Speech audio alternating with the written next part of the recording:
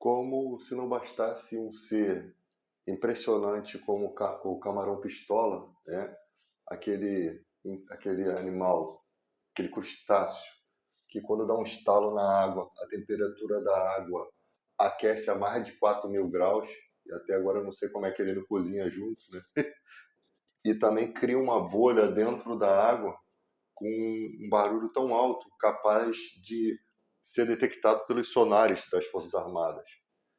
E criaturas incríveis, né, nós temos nesse universo. Agora surgiu mais uma criatura totalmente surreal, né, que é essa plantinha que tem esse nome aí, Bocchilla trifoliolata, né?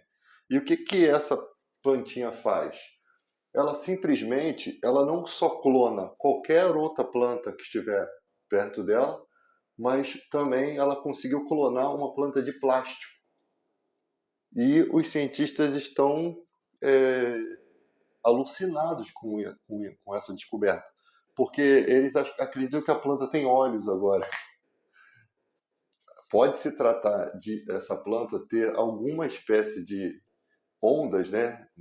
Emitir alguma espécie de onda, um raio-x ou alguma coisa que a gente não entende, que ela consegue imprimir no corpo dela mesmo as características da outra folha.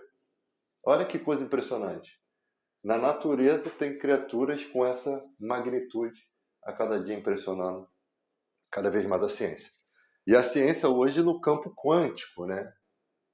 Os chineses agora conseguiram congelar a luz, né? Daqui a pouco estão criando Superman.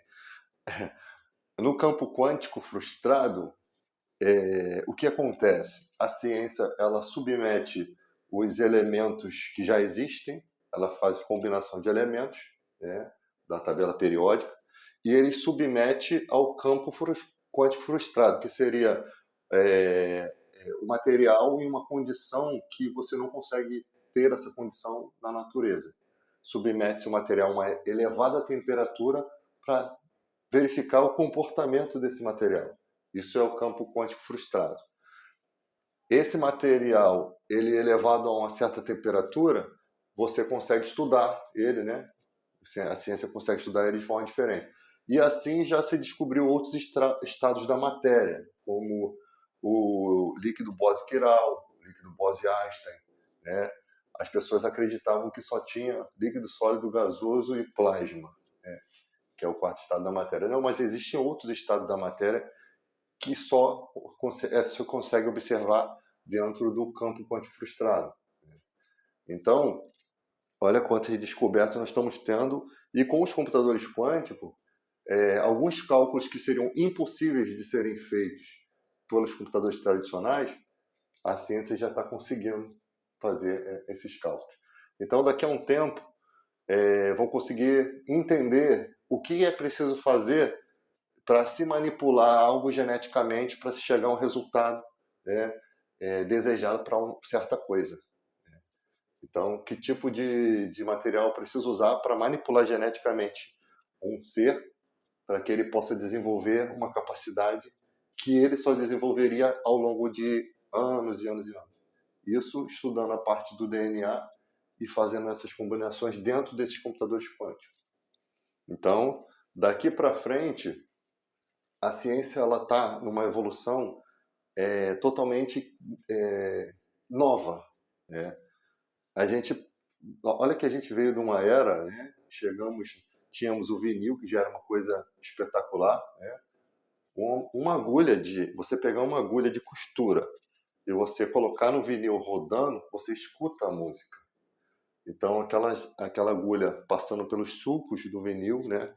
Aquelas ranhuras, você consegue escutar a música numa agulha de vinil, numa agulha de costura.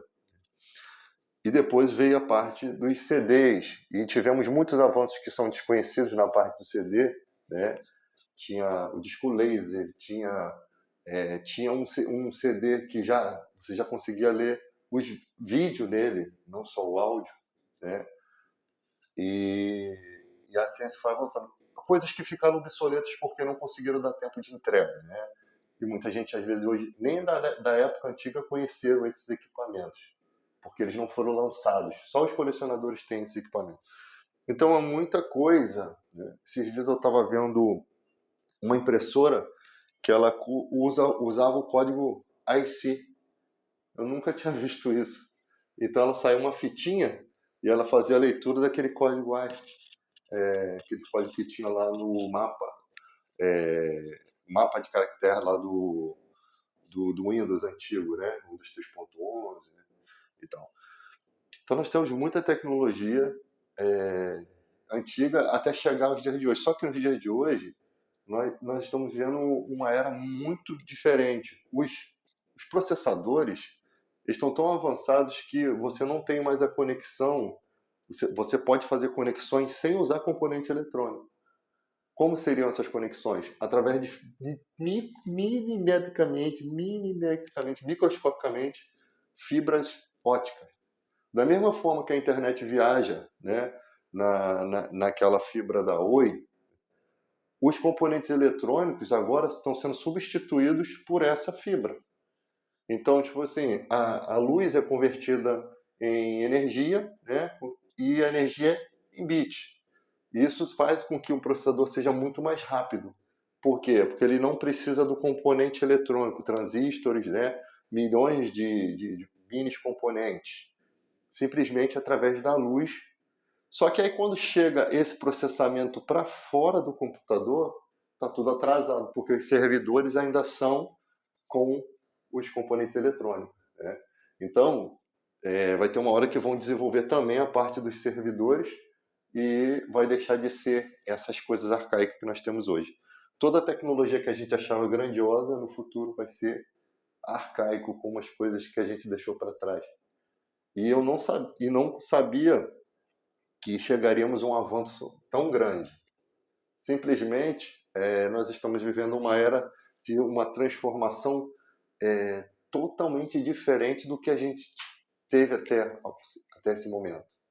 É uma era totalmente diferente. A cada dia, uma descoberta mais incrível que a outra. Eu achei que na minha era, a ciência eu ficava questionando, cara, daqui para cá não tem como se estender mais.